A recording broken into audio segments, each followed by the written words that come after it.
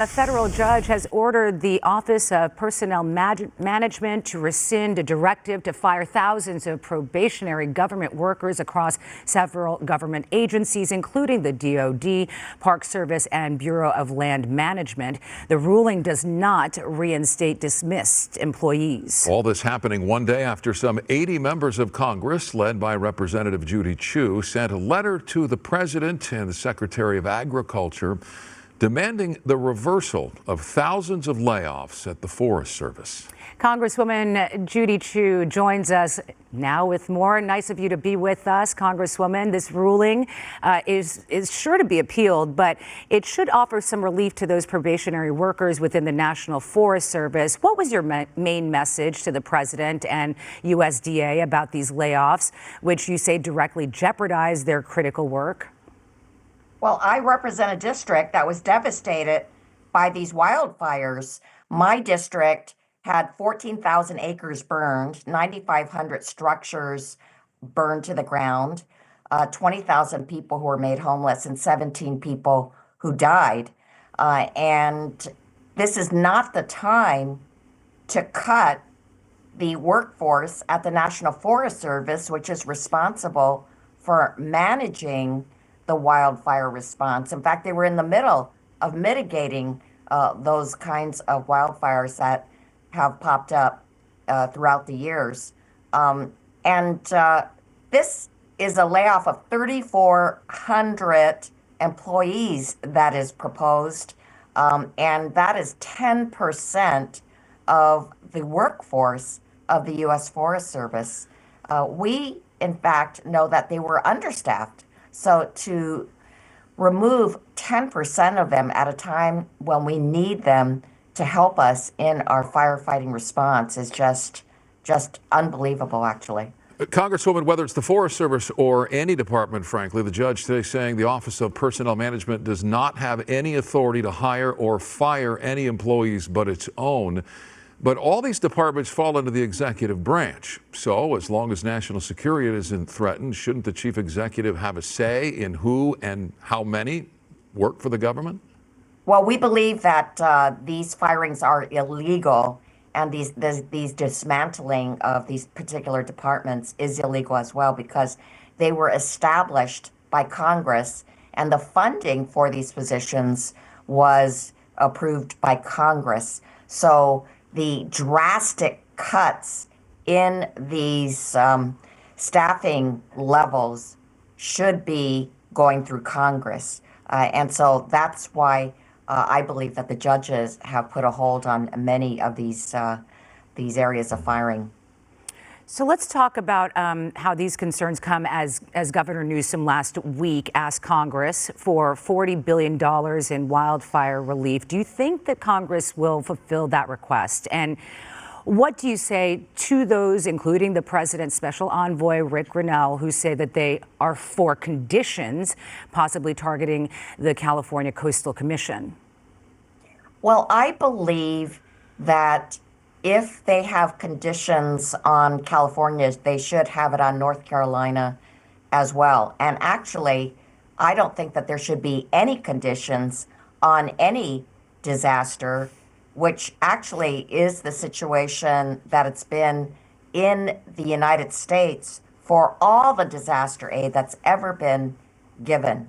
So I want to tell you that North Carolina, of course, had these terrible disasters. They're asking for $45 billion. So I believe that North Carolina and California certainly deserve the same treatment, which is disaster aid for people at their most devastating time in their lives, and that we should do it with no conditions, no matter which side of this country they come from. I want to get back to the cuts at the federal level we've been talking about. What do you make of the job Doge and Elon Musk have done in the first weeks of this administration to scale back the size of the government? I guess two parts: there's style and substance. There's how they're doing it, and there's what they're doing. What's your read on it? They have gone about this with a hatchet and not a scalpel. They have just wrecked their way through the entire federal government, and they have been making decisions that just defy defy logic. For instance, 7,000 IRS agents being fired just when we're going through the tax season. They want to cut out all the taxpayer assistance centers. This is a time when people are gathering their materials for taxes, and yet to do this at the most critical time, it just makes absolutely no sense at all. And actually, the most disturbing thing that happened was the fact that Elon Musk had access to the taxpayer records and at a certain point had the ability to even manipulate them, meaning that payments might not go out to taxpayers. So we know that no government executive has had access to taxpayer information that's confidential. It is private, and it is actually, frankly, frightening that he would have had that much access to it.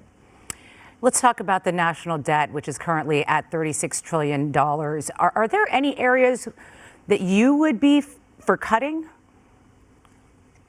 I definitely think that there would have been places to cut.